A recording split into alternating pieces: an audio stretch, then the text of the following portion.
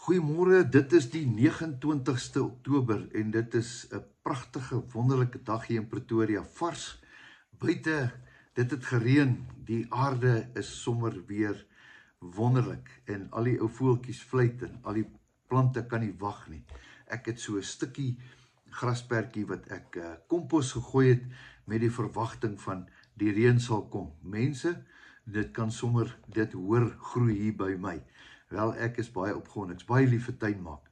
Nou ja, ek wil nie met jou praat oor tuin maak nie, ek wil met jou praat oor die woord van die Here, en ek gaan vir jou lees 'n stukkie vanmôre uit Psalm 103. En baie van julle ken hom, maar ek gaan vir jou lees, hoor 'n bietjie wat sê hy.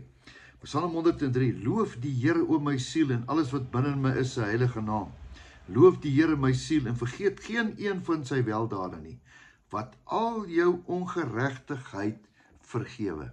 Is dit nie wonderlik nie? Ek en jy het 'n pa, 'n aardse pa, wat nie altyd ons stoutigheid dalk vergeet het nie. Hy het dit onthou, maar hy het ons dalk vergewe, maar hy het dit nie vergeet nie. Hier sê hy, ek vergewe jou, wat al jou krankhede genees. Hier kom hy. Ek wil met jou praat. Die woord sê vanmôre, al jou krankhede genees.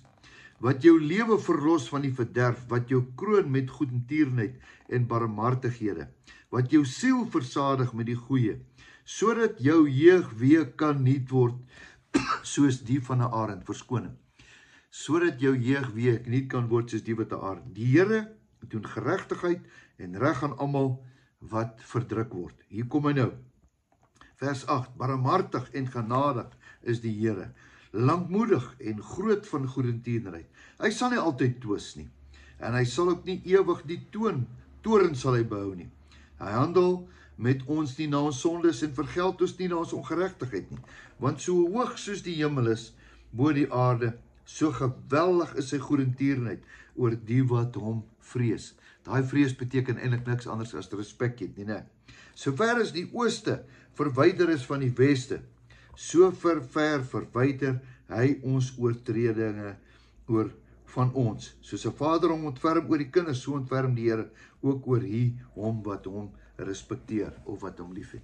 Het ek vanmôre weer eens gehoor, so ver soos die ooste en die weste uitmekaar is, so vergewe ons, so dink hy nooit weer in ons oortreding. Ja, ek en jy het nog altyd hier memories van 10 jaar gelede, 20 jaar gelede, daai verskriklike ding wat ek gedoen het, daai groot fout wat ek gemaak het.